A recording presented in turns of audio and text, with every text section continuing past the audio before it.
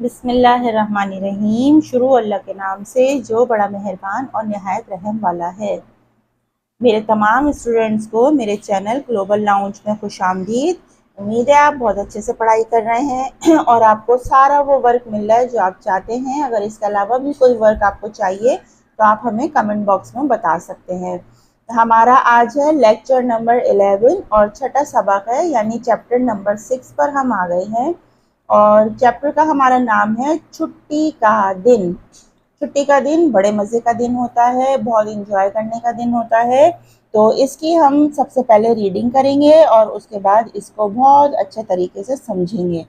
तो आप लोग भी अपनी बुक्स जल्दी से ओपन कर लीजिए और हम अपना पढ़ना स्टार्ट करते हैं, रीडिंग स्टार्ट करते हैं। मेरे साथ साथ रीडिंग कीजिए। छुट्टी का दिन। मेरा नाम शाजी है और मैं पहली जमात में पढ़ती हूँ। छुट्टी के दिन हम कार्टून छुट्टी के दिन हम सब मज़े करते हैं। मैं और मेरा भाई नोमी कार्टून देखते और क्रिकेट खेलते हैं। हम कहानियों की किताबें और रिसाले भी पढ़ते हैं। कभी कभार हम सैर के लिए भी जाते हैं। अम्मी पकौड़े और खीर पकाती हैं, अब्बू फल लाते हैं, फिर हम सब मिलकर फ्रूट चाट बनाते हैं।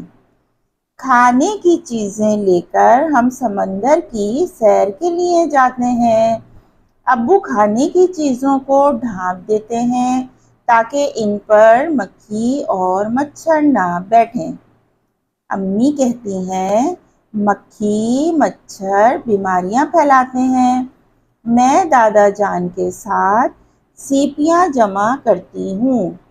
मेरा भाई नोमी दादी जान के साथ रेत के घरौंदे बनाता है। दादी जान कहती हैं, नोमी ध्यान से खेलो, आंखों में रेत ना पड़ जाए। शाम होते ही हम घर लौट आते हैं। बहुत मज़े का चैप्टर है, इसको मैं आपको अच्छी तरह समझा देती हूँ, आप इसको समझ लीजिए। तो कहानी कहाँ से स्टार्ट है कि मेरा नाम शाजी है। शाजी जो है वो छुट्टी के दिन के बारे में बता रही हैं कि वो पहली जमात में पढ़ती हैं और छुट्टी के दिन जो होते हैं ना वो सब लोग मिलके मज़े करते हैं। तो शाजी और मेरा भाई नोमी जो है वो हम लोग कार्टून देखते हैं और क्रिकेट खेलते हैं। हम कहानियों की किताबें और रिसाले भी पढ़ते हैं। बहुत अच्छी बात है, बुक्स पढ़नी चाहिए, तरह तरह की स्टोरीज पढ़नी चाहिए, रिसाले किताबें जिस तरह की भी आपको पसंद हो वो पढ़नी चाहिए। कभी कभार हम सैर के लिए भी जाते हैं, ऐसा होता है क्योंकि हर संडे जो होता है छुट्टी का दिन होता है, या जो भी छुट्टी का दिन हो। तो देखिए हम हर छुट्टी के दिन तो कहीं घूमने नहीं जा सकते, तो कभी कभी प्लान होता है। कोई छुट्टी का दिन हम घर में गुजारते हैं, कोई हम बाहर पिकनिक पे गुजारते हैं, कोई हम अपने रिलेटिव्स के साथ रिश्तेदारों के साथ गुजारते हैं। और कुछ छुट्टी के दिन ऐसे होते हैं कि हमारी पढ़ाई ज़्यादा होती है तो हम अपनी पढ़ाई कवर करते हैं, तो घर में ही इंजॉय कर लेते हैं। तो मिक्सअप सा होता है। अम्मी क्या करती हैं, पकोड़े और खीर पकाती हैं। भाई अम्मी का काम तो किचन का होता है और वो जो है ना खाना पकाने में भी बड़ी एक्सपर्ट होती हैं। तो अम्मी को तो बस बताना बताना होता है कि आपने क्या करना है। तो अम्मी ने तो जो है सबसे फटाफट जाके फटाफट पकौड़े बनाए और खीर चढ़ा देती हैं, और उनको पहले से पता होता है कि कौन सा काम कितनी देर में हो जाएगा, तो वो अम्मी झटपट काम कर लेती हैं। और अब्बू जो है वो बाहर के काम कर लेते हैं, तो वो अब्बू फल लेकर आते हैं और फिर हम सब मिलके, जैसे हम लोग फ्रूट चाट बना के खाते हैं तमाम फ्रूट्स मिला के, तो फ्रूट चाट बना लेते हैं। क्योंकि अगर आप पिकनिक वगैरह पे जाएं कहीं तो वहाँ पे अगर आप फ्रूट चाट खाएं तो बड़ा मज़ा आता है फ्रूट चाट खाने में।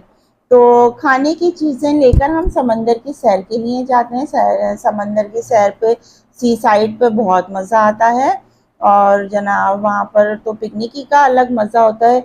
अब्बू खाने की चीज़ों को जो है ना ढाँप देते हैं ताकि इन पर मक्खी मच्छर ना बैठें। क्योंकि उमूमन ऐसा होता है कि जब हम खुली फ़िज़ा में या कहीं खुले इन्वायरमेंट में हम पिकनिक के लिए जाते हैं, भले वो पार्क हो, सी साइड हो, कोई गार्डन हो, कुछ भी हो, तो वहाँ पर ऐसा होता है ना जैसे शाम होती है या दिन में मक्खियाँ आ रही होती हैं, शाम में मच्छर बहुत आ जाते हैं। तो चीज़ों को जो होता है, खाने पीने की जितनी भी चीज़ें हों सबको ढक देना चाहिए, ताकि कोई जरासीम फैलने का खतरा ना हो और आप बीमार भी ना पड़ें। अच्छा जनाब, अम्मी कहती हैं कि मक्खी मच्छर बीमारियां फैलाते हैं। अम्मी बिल्कुल ठीक कहती हैं, मक्खी मच्छर जो है वो बड़ी बीमारी फैलाते हैं। और दूसरा ये कि बीमारियों के साथ साथ ना फिर आपके स्कूल की छुट्टी हो जाती है, आपका वर्क पीछे रह जाता है, अम्मी अबू को दवाई दिलानी पड़ती है और फिर जरासीम फैलते हैं। तो ढक देंगे, ढक के खाएंगे तो आप सेफ रहेंगे। मैं दादा जान के साथ सीपियाँ जमा करती हूँ। सीपियाँ जमा करने में बड़ा मज़ा आता है, क्योंकि जब हम भी छोटे थे और सी साइड पे पिकनिक के लिए जाते थे, तो हम भी जो है ना बहुत सारी सीपियाँ जमा करते थे और फिर घर ला के दिखाते थे। क्योंकि घर ला के दिखाने में फिर अपने फ्रेंड्स को भी दिखाते थे, भाई उनको ये भी तो बताना होता है ना कि हम सी साइड पे पिकनिक पर गए थे।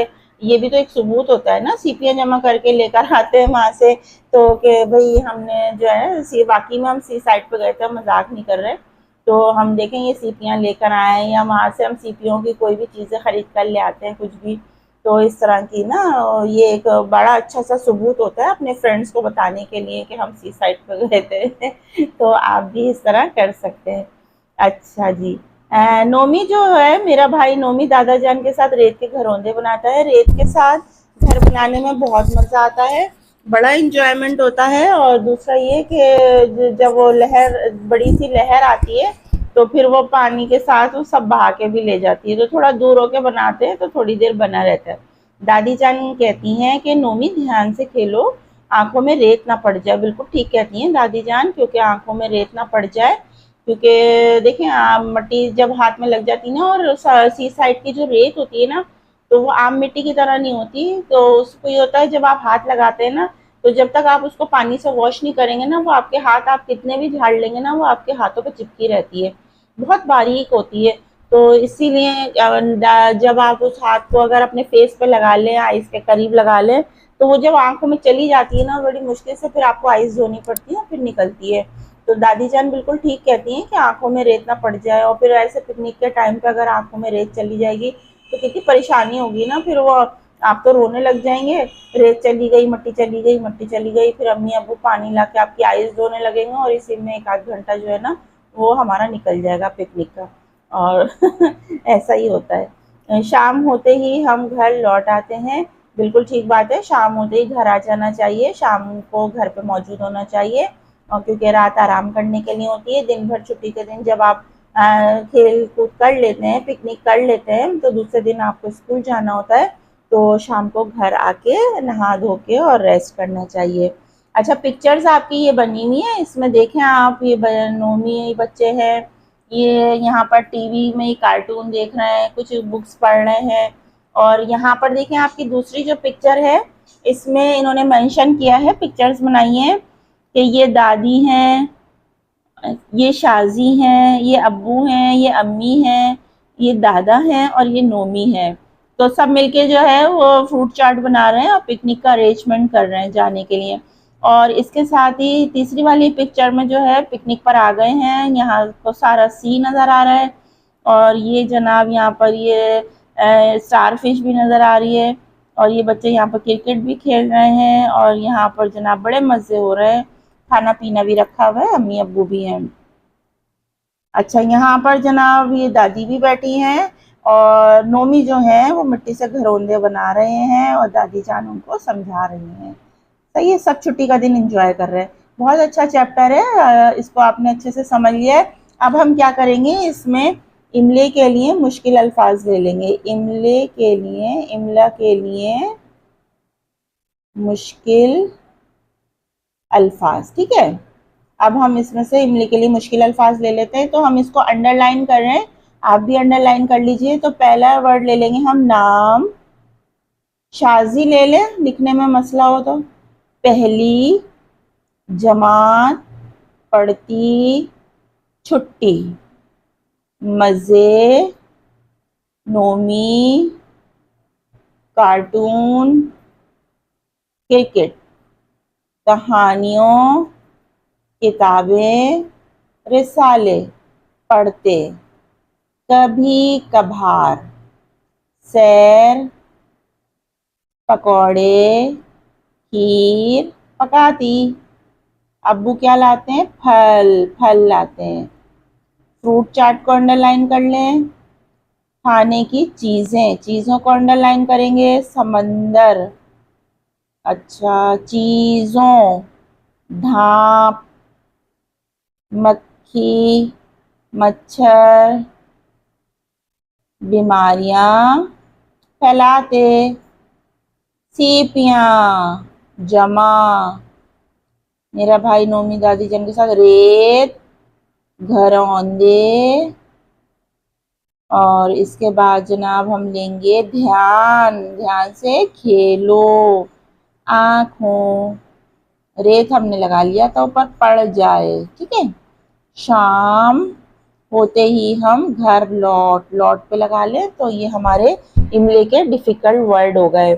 अच्छा, इनको जो है ना, सारे वर्ड्स को जो है आपने क्या करना है कि उतार के, और बहुत कॉपी पे अपने उतार के, और जैसे आप हुरूफ तोड़ने और जोड़ने जिस तरीके से आप लिखते हैं कि आपने इसी तरीके से जो है उनको डिफिकल्ट वर्ड को लिखना है, और हुरूफ तोड़ने और जोड़ने की तरह आपने इसको याद करना है, क्योंकि टीचर आपकी कहीं से भी डिक्टेशन बोल सकती है और डिक्टेशन के वर्ड जो है वो आपको याद होने चाहिए, ठीक है।